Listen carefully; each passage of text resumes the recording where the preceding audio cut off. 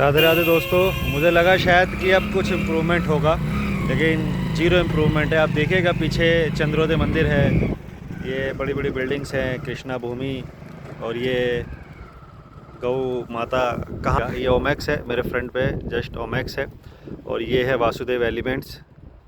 तो ये वो सोसाइटीज़ हैं जहाँ पे 1.5-2 करोड़ रुपए में आपको 2 BHK मिलता है, विलाज मिलते हैं 2 करोड़ की रेंज में। और बीच में सेंटर में देखिएगा ओमैक्स के पीछे और आपका चंद्रोदय के बैक साइड में ये गौ माता की हालत है।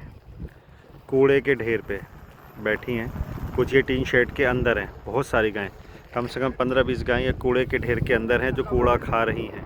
देख रहे हैं? तो वृंदावन में अगर गायें कूड़ा खा रही हैं और जो कथावाचक गौशाला के नाम से, गौ माता के नाम से चंदा इकट्ठा कर रहे हैं, पता नहीं इन तक पहुंचता है या नहीं पहुंचता। आप हालत खुद देखिए।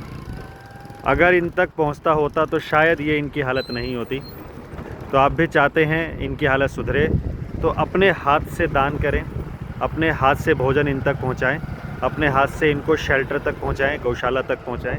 नहीं तो ये ऐसी भटकती रहेंगी और पैसा पता नहीं कहाँ जा रहा है। आप समझ पा रहे हैं पैसा कहाँ जाएगा, कहाँ खर्च हो रहा है, कोई पता नहीं। लेकिन गौ माता के नाम से जो पैसा आ रहा है और अगर वो यहाँ इन तक नहीं पहुँच रहा तो बहुत शर्म की बात है।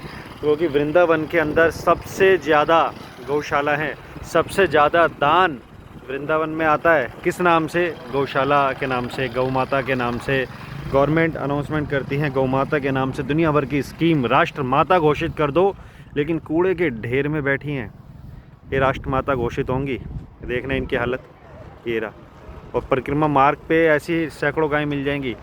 मैं पिछले 10-15 दिन से घूम रहा हूँ पूरे वृंदावन में। टोटल मुश्किल से 100 गायें होंगी, मुश्किल से 100 गायें जो ऐसी घूम रही हैं। तो क्या वृंदावन में इन 150 गायों के लिए जगह नहीं है गौशाला में? तो क्या ये कूड़े ही खाने के लिए हैं क्या?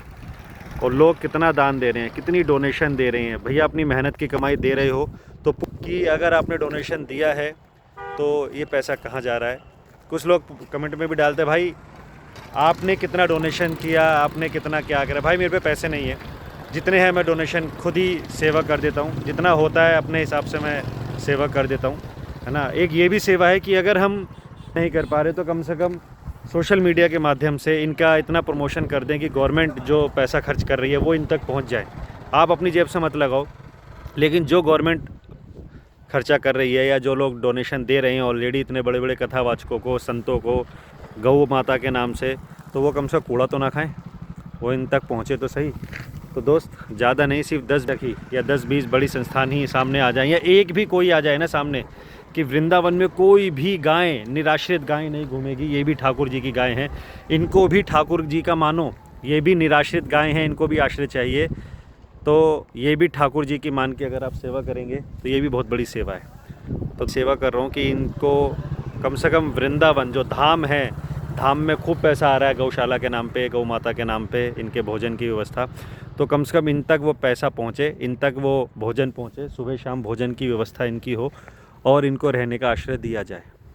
ठीक है, बाकी कमेंट्स ओपन है, आप लिखना चाहें अच्छा बुरा जैसा भी लिख सकते हैं। Thank you. अगर कुछ गलत शब्द बोले हों तो वो भी बता दीजिएगा, और क्या इम्प्रूवमेंट करना है वो भी बताइएगा। धन्यवाद, थैंक यू।